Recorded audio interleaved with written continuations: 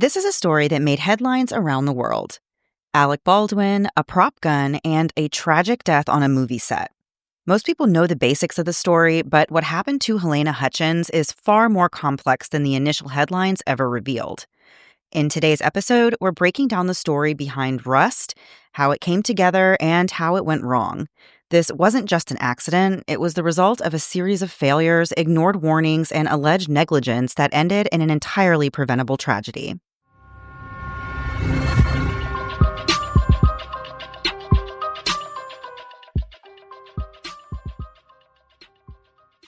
Hey guys, and welcome to the Moms and Mysteries podcast, a true crime podcast featuring myself, Mandy, and my dear friend, Melissa. Hi, Melissa. Hi, Mandy. How are you? I'm doing so great. I am singing from the rooftops. My kids are officially out of school. Your kids are officially out of school. School's out for summer, baby. We are officially out for summer. It's just like a sigh of relief that I breathed today. It really is. I think I told you, maybe on our bonus episode, I just was paranoid I was going to somehow sleep through an alarm this week because it's finals and it's actually important in high school. Like all those things where you're like, I can't screw you up. So I just feel relieved knowing like there's nothing on our agenda that we have to be there at a certain time right now. So right there, that's a break. It just makes everything better. Yes. Oh, it's so nice. And now we're going into a 3-day weekend, which we don't really have 3-day weekends, but our spouses do. So it makes it nice. Yeah. Yeah. So this is a great way to kick off the summer for us. I'm excited. Me too. I'm actually, now I'm looking forward to all the, now that school is behind us, I feel like I'm actually getting more excited about all this fun summer things, that my family loves to do. I mean, everyone's family loves to do fun summer things, but I don't know why I said it like that. Like we're special. I don't know if you guys have heard of this thing called water. Right. Sometimes we like to put our feet in and swim. Well, it's true, but sometimes those can be also the most exhausting things you do in the year. It's true. Everything water and sun related. But yeah, I'm excited. We're going to have a good summer. All of us. I'm claiming it for everyone. We're all going to have a good summer this year. So claim it. Claim it. Believe it. Receive it. So I'm excited to get into this episode this week. I learned so much.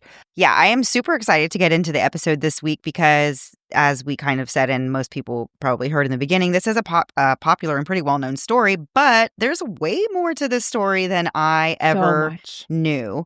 And I did recently start, I think it's on Netflix. Is it on Netflix, the documentary that is about Hulu, this? Or there is one on Hulu. Right. And I didn't end up finishing watching that whole documentary, but I did start watching it before I started working on this episode. Like I watched it when it first came out, or started watching. I don't know what happened. That's what always happens to me, Melissa. I start watching a TV show, I go to sleep, or I doze off, or somehow I never finish anything I start. So Hulu is notorious though for not like having a great continue watching. So you'll just straight up forget about it if you were tired when you watched it. And that's kind of what happened, I'm sure, with this. Yeah. But I didn't realize, that there was so much more to this story. Of course, we all heard, just saw the headlines that came out, and it was just a very sensational story at the time, but there's so much to get into with it. And that's why, as you'll see when you clicked on this, today's episode says part 1, but there's also going to be a part 2 available today for you that you can listen to right after this. We're going to release them both at the same time. I'm just breaking it up into 2 parts because it is a lot. This is actually the longest episode we've ever done on this podcast. It was the most research and it is the longest. So we're going to break it up into 2 parts just to make it a little more palatable and easier to digest because there's really a lot to get into. So we'll go right into part 1. And after this is over, you can click right on part 2. So as we said at the top of the episode, we are diving into the details of the horribly tragic accident on the set of the movie Rust that resulted in the death of Halyna Hutchins, who was the director of photography on this Western film. The part that most people remember about the story is that actor Alec Baldwin and several others found themselves at the center of a criminal investigation, but the story of Halyna Hutchins is often overlooked. And before we get into the chain of events that led to her death, we do want to take a moment to talk about exactly who she was. Halyna was born on April 10th, 1979 in Ukraine and raised on a Soviet military base in the Arctic Circle, which immediately, you are just a much stronger person than I am right off the bat. Yeah. Yeah. So this was a very isolated and just brutally cold environment, but Halyna spent her time indoors watching a lot of movies, and these movies included everything from propaganda films to World War I dramas, anything and everything. She just loved all of it. This early love of movies really stuck with her, but at first she did pursue a different path in life.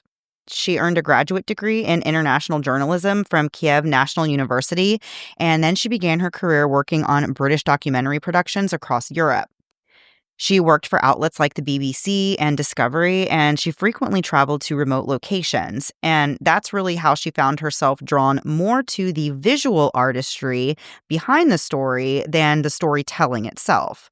Eventually, Halyna moved to New York and found work as a production assistant before moving into grip electric roles on indie films and music videos. At one point, she explored fashion photography. But it was lighting that really captured her imagination, and she just loved the way it could influence mood and emotion. And as someone who had really always been driven by the characters and the storytelling, this transition into cinematography just seemed like the perfect fit for her. After meeting a cinematographer on a set, Halyna applied to the American Film Institute and was accepted. She later described her time there as absolutely amazing and said it pushed her to really refine her vision and to learn how to truly collaborate with others in the creative process. She graduated in 2015 and quickly began to build an impressive resume. She worked on several projects, including Arch Enemy with actor Joe Manganiello, who later praised her as both a creative force and a steady presence under pressure. By 2019, Halyna was named one of American cinematographer's rising stars, and 2 years later, she was hired as the director of photography for a new Western film called Rust. And this gig would be a major turning point in Halyna's budding career. Halyna lived in Los Angeles with her husband Matthew and their young son Andros. Those who knew her described her as ambitious, playful, and deeply passionate about her work. She loved extreme sports like parachuting and cave exploration, and one friend said that she just had this mischievous streak and a really great sense of humor. Anytime somebody's described as having loving extreme sports, like parachuting, sure, there's stuff like that. Cave exploration always just is same off the map for me. I'm just like, oh my gosh, this lady is so cool, and she's just able to do all these things I could never even dream of. It's so fun. Incredible. Yeah. Yeah. Halyna's husband said her ambition was actually something he really admired from the start. And the couple's marriage was described by a friend as being a beautiful partnership where they both supported each other's dreams, and Matt made a lot of sacrifices to enable Halyna to do what she was doing with her work. The Rust movie was supposed to be a gritty Western set in Kansas in the 1880s. The story follows a 13-year-old boy named Lucas who accidentally kills a rancher. And after being convicted of the murder, his estranged grandfather, who was actually an infamous outlaw named Harland Rust, broke Lucas out of prison, and the two of them went on the run. In the movie, they are also pursued by a U.S. Marshal and a bounty hunter. Alec Baldwin was cast as Harland Rust, and Jensen Ackles was originally set to play the Marshal in the movie. Right from the beginning, it's a Western, and Rust is really being written as this gun-heavy film. In a 2020 interview, Alec Baldwin compared the Clint Eastwood movie Unforgiven to Rust, and he joked that his, quote, gunslinging and horseback riding skills were always at the ready. He said that he was an actor of the old school, and he performed a wide variety of real talents on screen. This movie was to be filmed at Bonanza Creek Movie Ranch, which is about 8 miles south of Santa Fe, New Mexico. And this ranch wasn't just some random location with a really cool name. Bonanza Creek? Yeah. I love it. I didn't know anything like this existed. And honestly, I think one of my favorite things is finding out that they have entire movie ranches, whole movie sets. I just want to go there for no reason, just to walk around and explore and just hang out there. I just want to see if a tumbleweed just randomly comes out, if they're magical in this area or if they're just natural. So this ranch, though, wasn't really a random location. It's a massive, sprawling movie set that's actually been used for decades, and it has a long list of Westerns that were shot there, including many classics. The property spans thousands of acres and includes a movie town, home sets, rolling hills, livestock, and more. It's considered to be an iconic location for filming period pieces and Westerns. The budget for the movie Rust, though, was modest. It was coming in at just under $8 million. But it still attracted a number of industry professionals. Not only was Alec Baldwin going to be the star of this movie, he was also an executive producer and contributed to the writing of the film.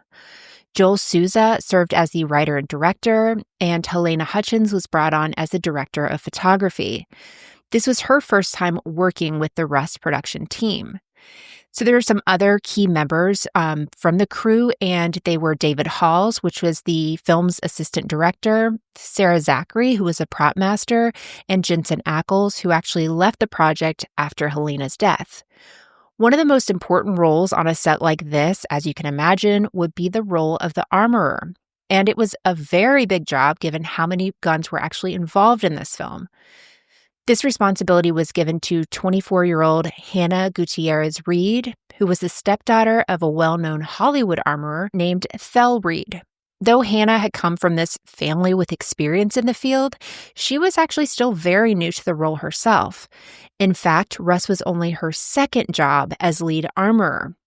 She was also tasked with assisting in the prop department, which meant her attention would be split between two critical jobs. So before we get into the chaos that eventually unfolded on the set of Rust, we need to talk about the role that firearms played in the making of this movie, because that part is crucial to understanding exactly what went wrong and how it went wrong.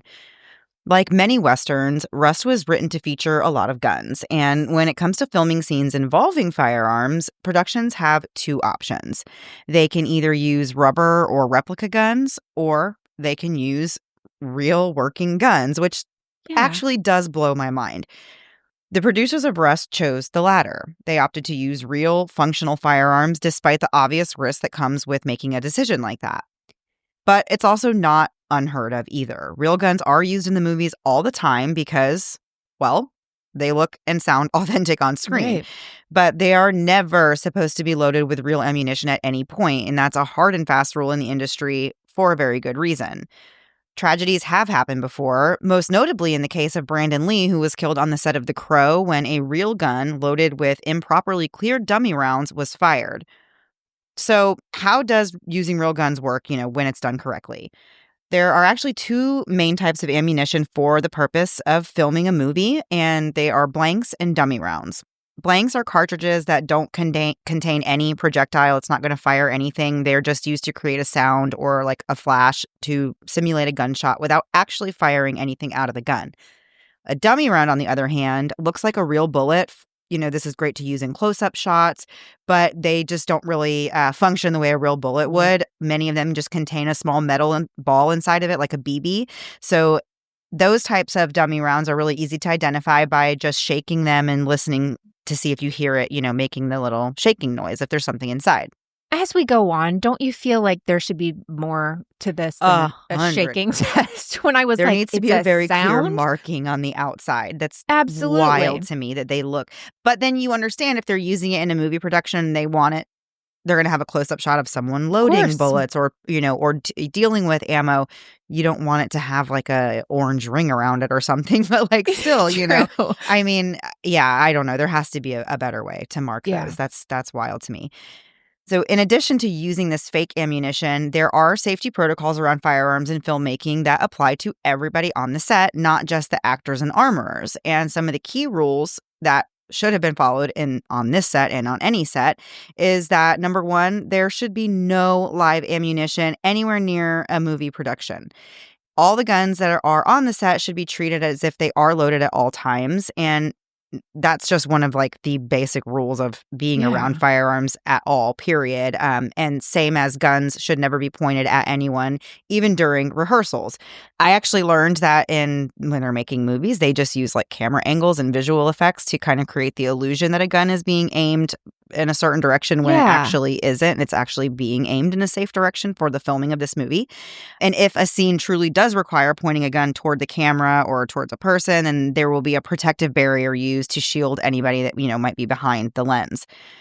Only the armorer in a movie production should ever be loading or unloading a weapon, and that same person must inspect the gun before and after every use. Nobody should place a finger on the trigger of any gun unless they're ready to shoot it. And firearm training is mandatory for everyone who will be handling any firearms on set. If a production involves a lot of guns, then an experienced firearms expert must be present to oversee safety at all times. And these are not optional protocols. They're, of course, there to protect lives. But on the set of Rust, as you'll see when we get into the story more, those rules were just repeatedly ignored or flat out broken. And we're going to talk about all the ways that happened after a quick break to hear a word from this week's sponsors. I love my cat Luna. She's my little companion, and while she doesn't ask for too much, she's extremely picky about her food. Honestly, she's like the Gordon Ramsay of cats, and by that I mean that when it comes to some foods I have given her, she looks at me like she wants to call me an idiot sandwich. And that's why I can't wait to tell you about Smalls. Smalls isn't your typical cat food. It's protein-packed, made with preservative-free ingredients you'd actually find in your fridge, and it's delivered straight to your door. It's like getting a Michelin star meal for your cat, minus all the yelling. And Cats.com even named it their best overall cat food. So I decided to try it out with Luna. I actually placed her food in a new bowl that came from Smalls. It's actually lifted off the ground because, well, my girl, she's got high standards. And I moved it into a new spot just to see if she'd be able to find this new food. And guess what? She found it and ate every single bite. And then she licked the bowl clean like it was the best meal she's ever had. Even Gordon Ramsay would approve of that. Her favorite flavor seems to be fresh Otherbird, which is actually made with a fresh minced turkey recipe, but honestly, she loves everything I've given her. Since switching to Smalls, I've noticed fewer hairballs, healthier weight, shinier fur, and drumroll please, a less stinky litter box. And that's definitely a win all around. A win for her overall health and enjoyment, and a win for my nose. Smalls started back in 2017 with two guys cooking up small batch cat food for their friends. Fast forward a few years, and they're serving millions of meals to cats across the U.S. Luna's a fan, and I'm sold. For a limited time only, because you are a Moms and Mysteries listener, you can get 35% off Smalls plus an additional 50% off your first order by using our code MOMS. That's an additional 50% off when you head to smalls.com and use promo code MOMS. Again, that's promo code MOMS for an additional 50% off your first order plus free shipping at smalls.com. We are flying through spring and headed straight into summer with the kids already out of school. And let me tell you, I feel like our schedule is already packed. Between all of the outdoor fun and the family time, the last thing I want to do is spend hours in the kitchen. That's where Hungry Root comes in. Hungry Root takes the decision-making out of meal planning, which is honestly my least favorite thing. There's no more stressing about what to make for dinner. I've just given Hungry Root my preferences, and they fill my cart with healthy, delicious meals tailored to my taste. It's like having a personal shopper who knows exactly what you like and what your family needs. And that's actually only gotten better since starting with Hungry Root. The more we've used them, the more they've gotten to know what I do and don't like. And they actually slammed it out of the park this week with this crispy chili shrimp tacos. It's quick, it's easy, and it's packed with flavors. I would have actually never even Pinterested, I don't know what the verb is there, chili shrimp tacos, and yet, thanks to the other meals I've had with Hungry Root, they knew I'd like it, and they gave it to me as an option, and it was amazing. Hungry Root has something for everyone. There's smoothies, snacks, ready-to-eat meals, and more. Plus, everything's clean. There's no high-fructose corn syrup or preservatives. Just healthy, high-quality food delivered right to your door. And the best part is, I'm not having to spend a bunch of time at the grocery store or planning meals, which means I can spend more time with my family and enjoy summer to the fullest. We love Hungry Root. Take advantage of this exclusive offer. For a limited time, get 40% off your first box, plus get a free item in every box for life. Go to hungryroot.com/moms and use code MOMS. That's hungryroot.com/moms, code MOMS to get 40% off your first box and a free item of your choice for life.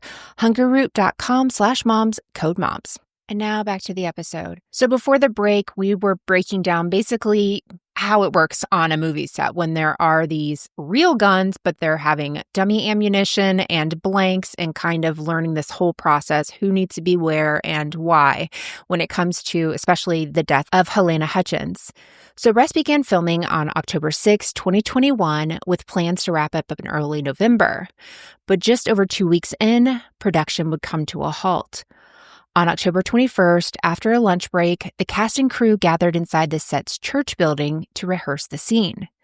The goal was to line up the camera for a close-up shot of Alec Baldwin cross-drawing his revolver. And this was a camera rehearsal only, meaning they were really just trying to confirm the framing and positioning of the shot. There was actually no plan to fire the weapon. According to industry protocol, Alec should have been using a fake or replica gun during this type of rehearsal. But instead, he was handed a real .45 caliber single-action 6-shot revolver. Earlier that day, the camera crew had walked off the set due to safety and working condition complaints, which actually prompted a last-minute crew to step in. And because of this, there was only one camera that was available for the scene. That morning, the assistant director, Dave Halls, asked the armorer, Hannah, to prep Alec's revolver. She reportedly loaded it with dummy rounds before lunch. And when the crew took their lunch breaks, the firearms, including Alec's, was stored in the prop truck safe. Nearby, just outside the set, was Hannah's cart that held things like leather holsters, belts, and ammunition. This cart was actually left unsecured and unattended during the break, which is a detail that becomes very important later. After lunch, Hannah went to the truck and retrieved Alec's revolver and brought it back to the set, but she did not perform a second safety check on the gun.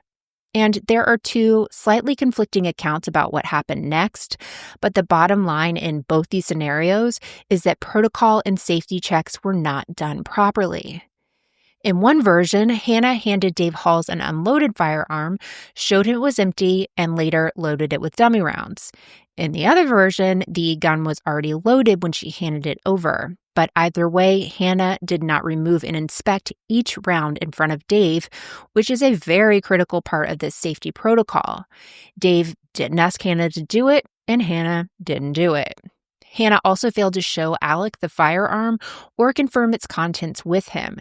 And Alec didn't ask to see the rounds either, which again is supposed to be part of this standard procedure. After Hannah handed over the gun, she left the church set and Dave Halls handed the revolver to Alec while shouting "cold gun," which is a term used on film sets to indicate that the firearm contains no live round and it's safe to use. But of course, that wasn't the case. Inside the church set, Alec Baldwin took his mark on a pew seated just 2 feet away from several crew members, including director Joel Souza, camera operator Reed Russell, and cinematographer Halyna Hutchins.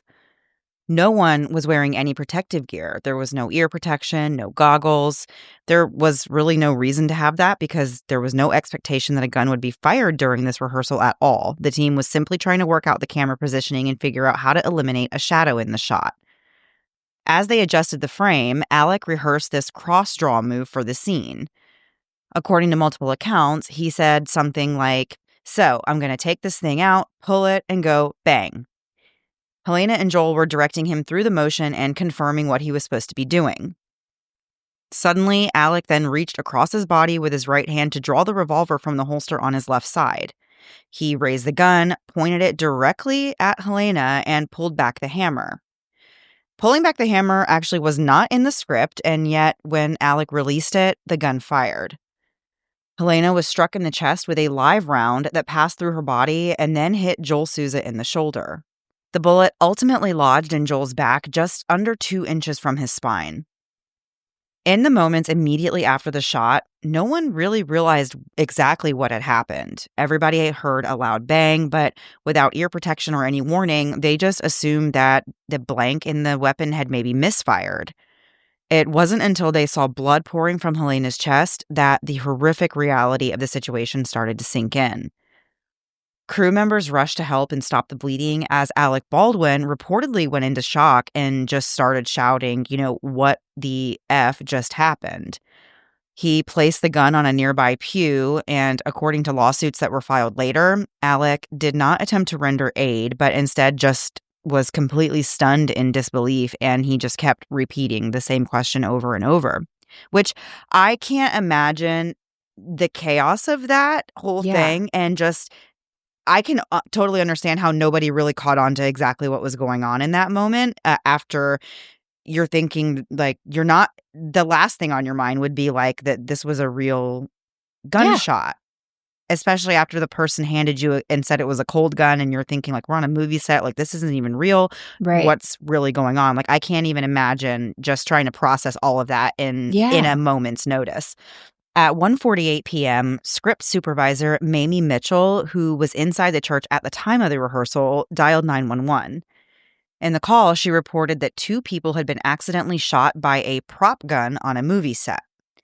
She specifically used the term prop gun, even though the weapon was in fact a real revolver. Mamie said they were rehearsing and the gun went off, and then she ran outside along with everyone else. Emergency responders arrived quickly, and Halyna was airlifted to the hospital, but she tragically passed away from her injuries. Joel was taken by ambulance, where he was later treated and released. The bullet that was lodged in his back was recovered and sent for testing. It appeared to be from a live round, but further analysis was needed to confirm that. The set of Rust was immediately shut down, and the investigation into how a live bullet ended up in Alec Baldwin's gun was just beginning. When local authorities first arrived at Bonanza Creek Ranch on October 21st, 2021, they only knew that 2 people had accidentally been shot during a film rehearsal. What wasn't immediately clear was how it happened or whether a live round had been involved. One of the first investigators on the scene spoke with the armorer, Hannah Gutierrez-Reed. When he found her, she was holding a revolver in her left hand with the muzzle pointed downward. She was visibly emotional and increasingly agitated. The investigator took the gun from her and put her in the back seat of a patrol car with the door open.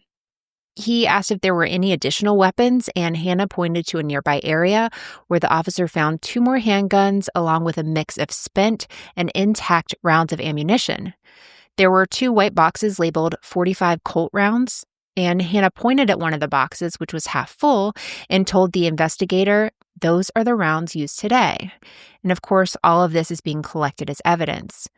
Authorities also found a substantial amount of ammunition on set, including dummy rounds, blanks, and suspected live rounds, which of course shouldn't be there at all. Alec voluntarily approached the officers at the scene and said he wanted to talk to them because he was the one who had fired this gun. An officer asked Alec if he was okay, and he said, "No, I'm not actually." He said he was willing to stay and help however he could. He was very shaken up and even mentioned that his hands were shaking, but he was fully cooperative with police at the scene. As investigators began interviewing more of the crew members, it started to become clear that there had actually been multiple problems on set. John Ziello, the key rigging grip, told investigators that safety protocols had not been followed during the entire production, and the team had been cutting every corner that they could. Another crew member said that Hannah wasn't even union certified as an armorer, and that she had previously even asked him for help in dealing with problems involving the same Colt .45 revolver used in the shooting. He said the weapons were in poor condition, but he acknowledged that Hannah was doing her best to try and maintain them. Then, the film's prop master, Sarah Zachary, told police that she believed Hannah may have made a mistake when checking those dummy rounds. She was supposed to inspect each round individually by shaking it to listen for that telltale BB sound, but Sarah Zachary explained that if you shake 2 bullets at once, you can't tell which one is rattling, and a small oversight like that could lead to a live round being mistaken for a dummy round and making its way into a gun. Shortly after the shooting, Alec Baldwin, Hannah, and Dave Halls were all asked to go to the police station for formal interviews. They each went voluntarily and cooperated with the detectives. During Hannah's interview, she told detectives that she had checked the rounds in Alec's revolver earlier that day before they took the lunch break. She claimed to have inspected them one by one, shaking each round to make sure they rattled and to be sure they were dummy rounds and not live ammunition. During the interview, she did say, quote, "I wish I would have checked it more." She said that there were 3 firearms on set that day. One was the gun that fired the fatal shot, one was a non-functioning .45 caliber revolver, and one was a plastic prop gun that couldn't fire a projectile at all. Before lunch, all 3 of those guns were stored in a locked safe in the prop truck, and only a few crew members had access to that safe. But the ammunition, which included dummy rounds, was left unsecured on the cart at the set. Hannah said that after lunch, the prop master, Sarah Zachary, took the guns out of the safe and handed them back to her, and those guns were then placed back on the prop cart ready for use. Hannah said the dummy rounds had been supplied by Seth Kenny, who owned PDQ Arm and Prop, which was a prop weapons company based in Albuquerque. At one point in this interview, Hannah was shown a photo taken at the hospital of the bullet that was recovered from Joel Souza's back and asked if there was any concern that this might be a live round. And at first, Hannah looked at it and said it looked like a blank one, but then she took a second look and said, that might be a regular round, though. Ugh.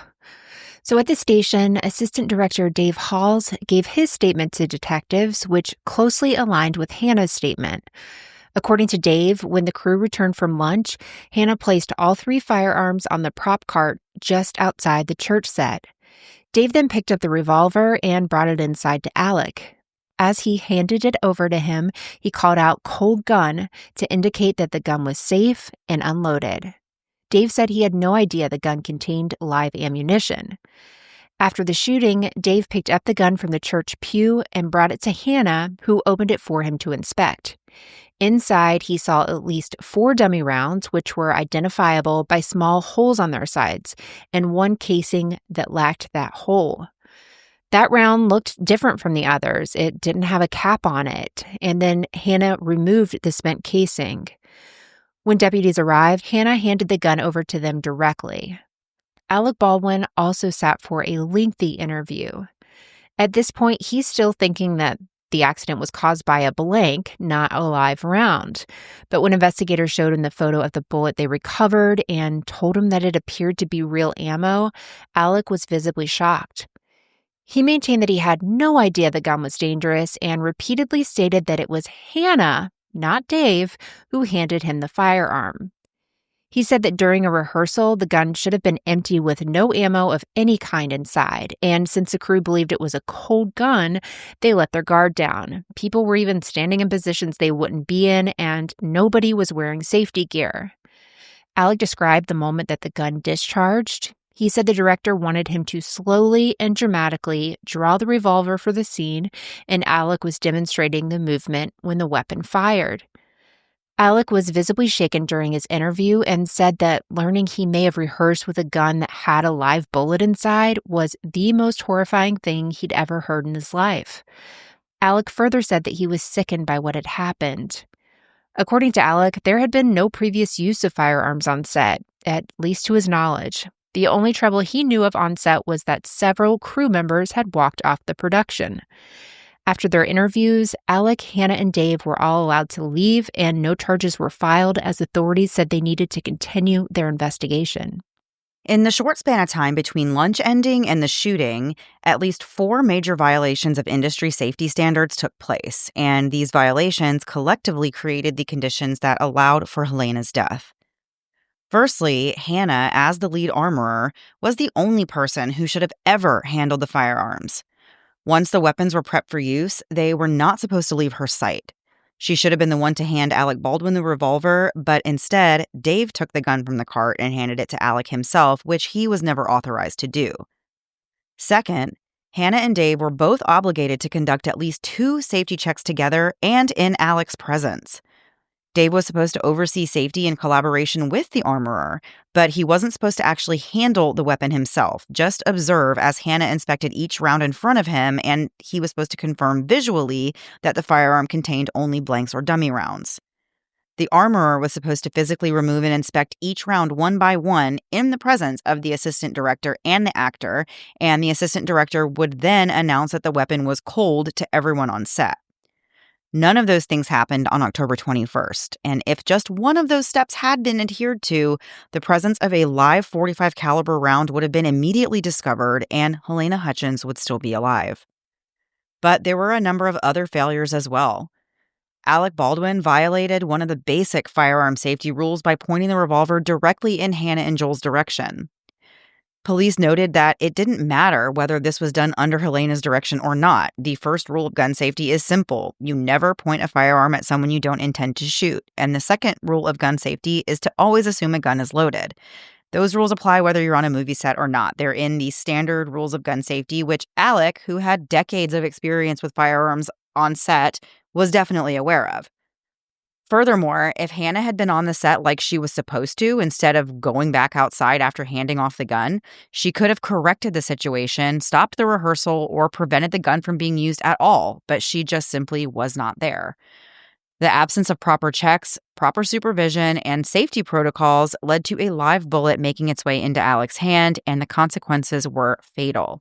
And we have more to get into after one last break to hear a word from this week's sponsors.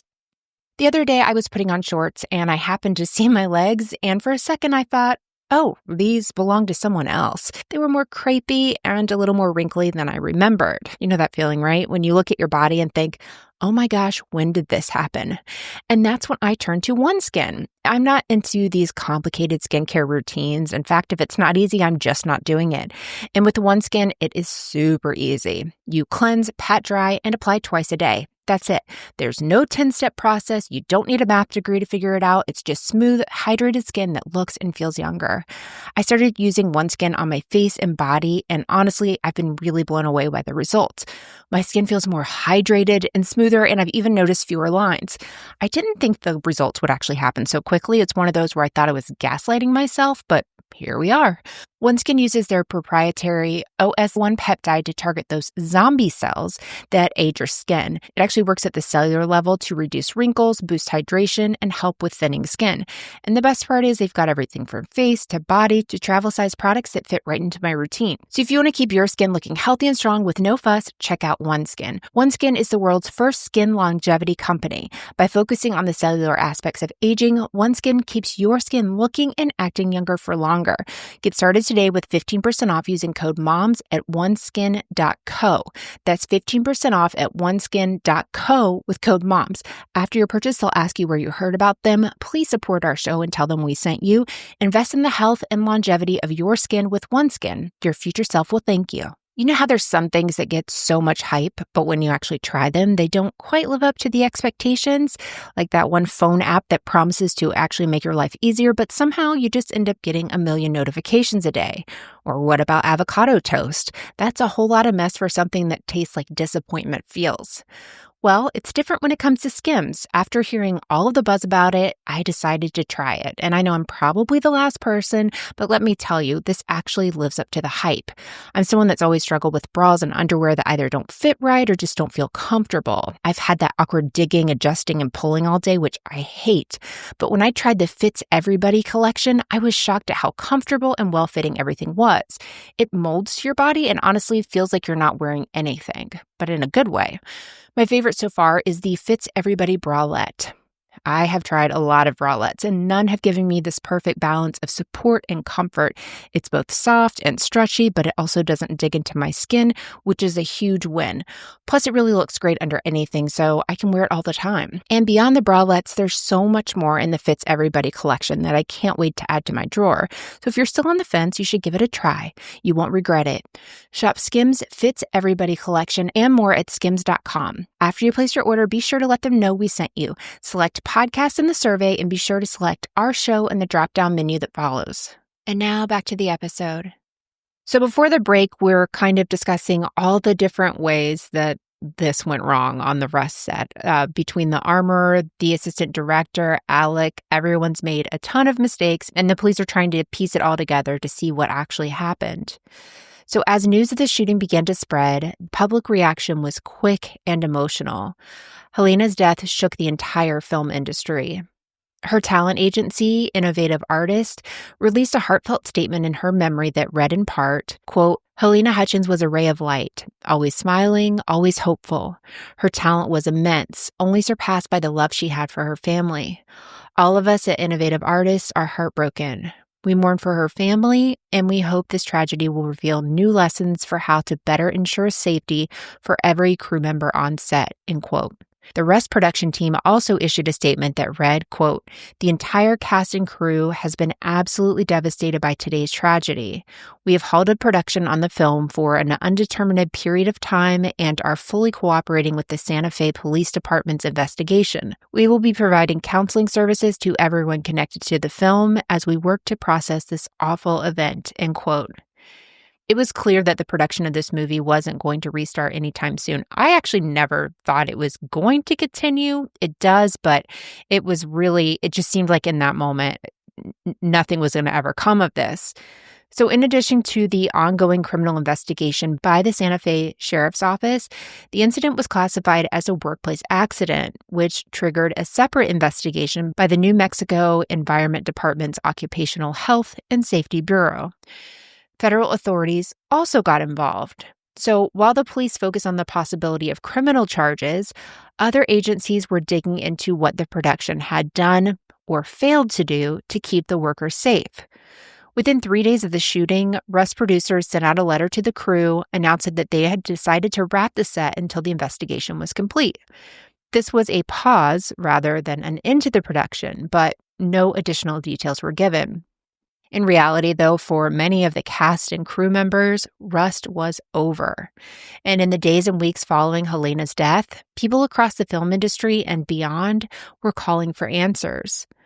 While injuries and deaths on set have happened before, they are rare and shocking when they do happen. According to the Associated Press, from 1990 to 2014, there were at least 194 serious on-set accidents in the U.S., including 43 deaths. The tragedy also reignited this long-standing debate about why real guns are even used in the filmmaking industry in the first place, especially when technology has evolved to the point that realistic effects can easily be added in post-production.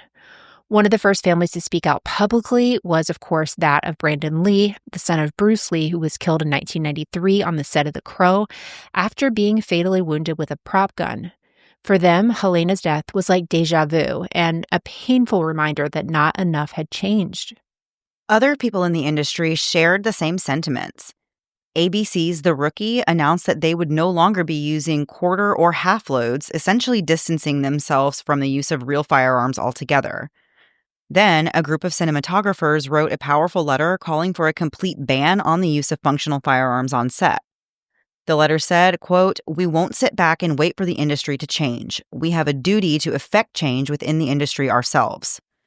They also vowed to no longer knowingly work on projects that use real working guns during production. And I gotta say, I completely agree that it's crazy that we're using real guns that even fire a projectile on movie sets in this day and age. Like, I do think it's Unreal.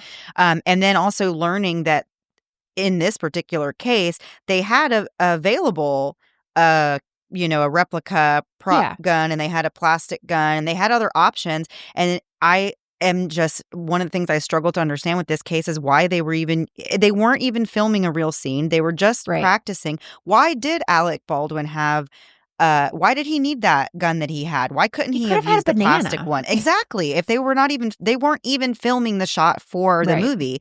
They were just lining things up and trying to rehearse. So, yeah, why did he have a gun that could fire anything for that? For that, it just seems really irresponsible. Like, if you're not even filming the scene, why do you need to have it? It's just horrible.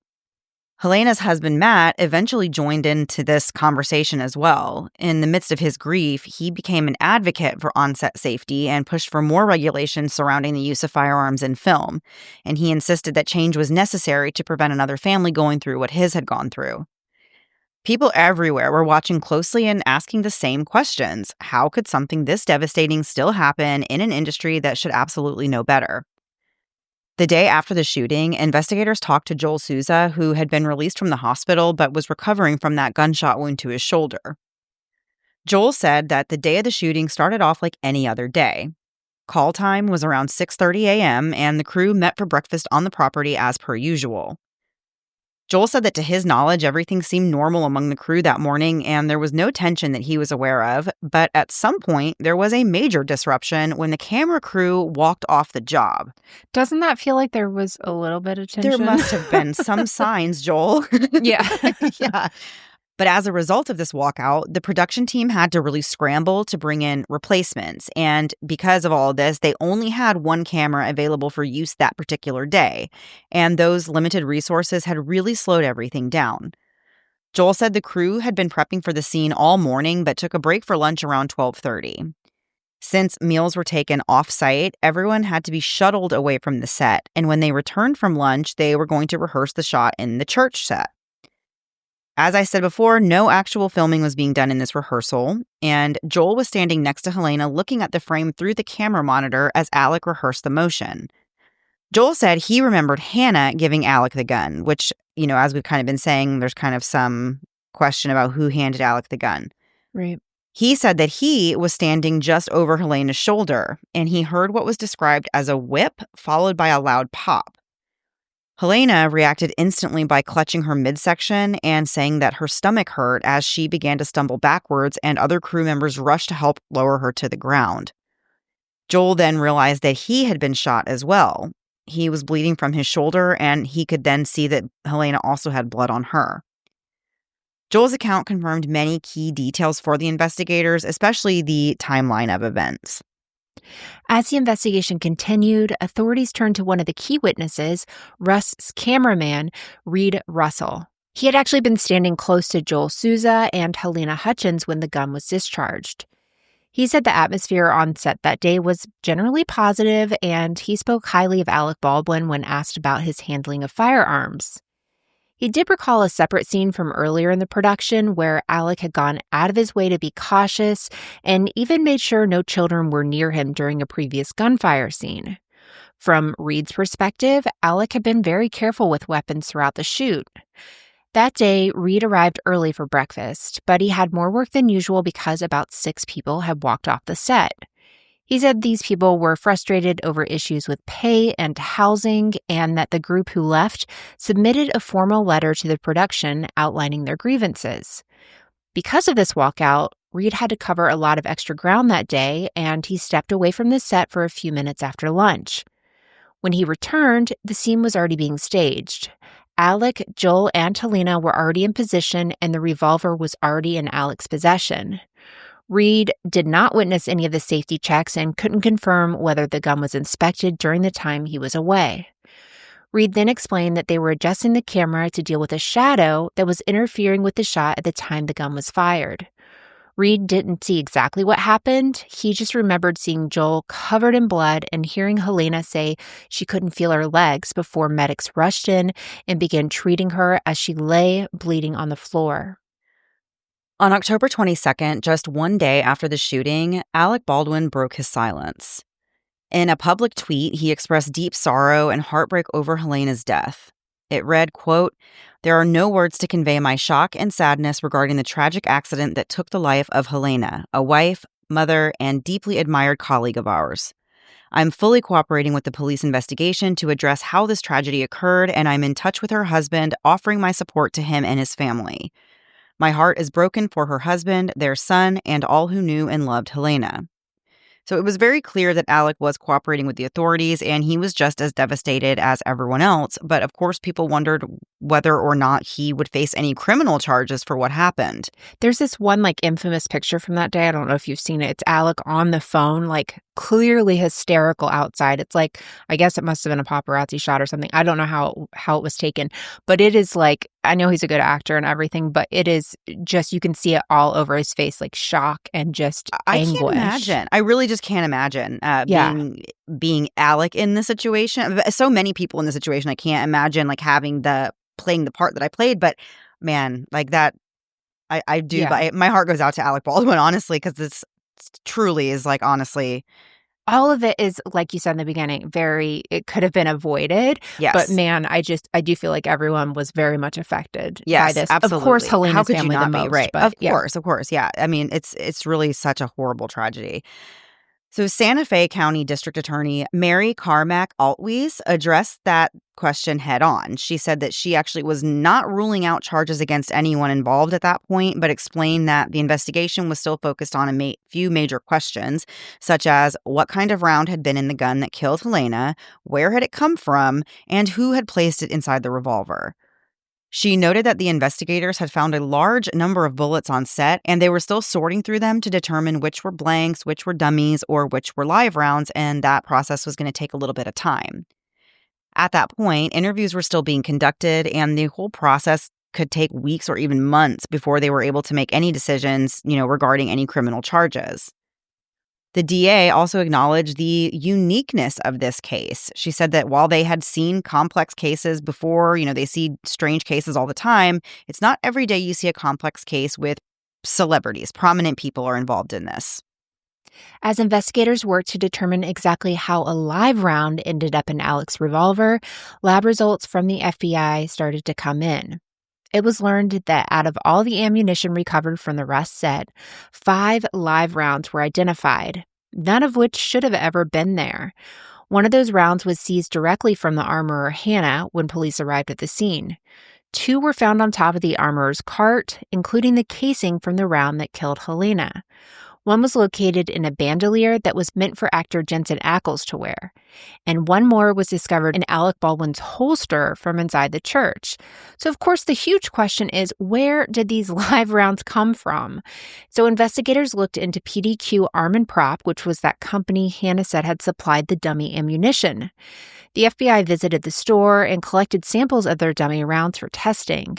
The owner of the store, Seth Kinney, told authorities that the dummies he had given to Rust had just been used on the set of 1883, and they were brought in from Texas the night before they were delivered to the Rust production crew. Kinney insisted that all of the rounds were thoroughly inspected before being handed over. He said he polished each one and rattled it to confirm that they were dummy rounds, not blanks, and definitely not live rounds. He specifically stated that he did not send out any dummy round that didn't rattle. Again, with the please, let's come up with a better way. And the FBI found that Kinney was telling the truth, though. The live rounds found on the set of Rust did not come from PDQ. But then, of course, the question is, where did it come from? It had to have been brought on set by someone. And even though the source of the live ammo was unknown, one thing was for certain. Hannah was the one responsible for ensuring that live rounds were never on set, and she had failed in that job. So we're going to end part 1 here. We're going to pick right back up in part 2, so that should be in your feed. Go on over. We're going to get right into the episode when you are there. Thanks for listening. We'll see you there. Bye.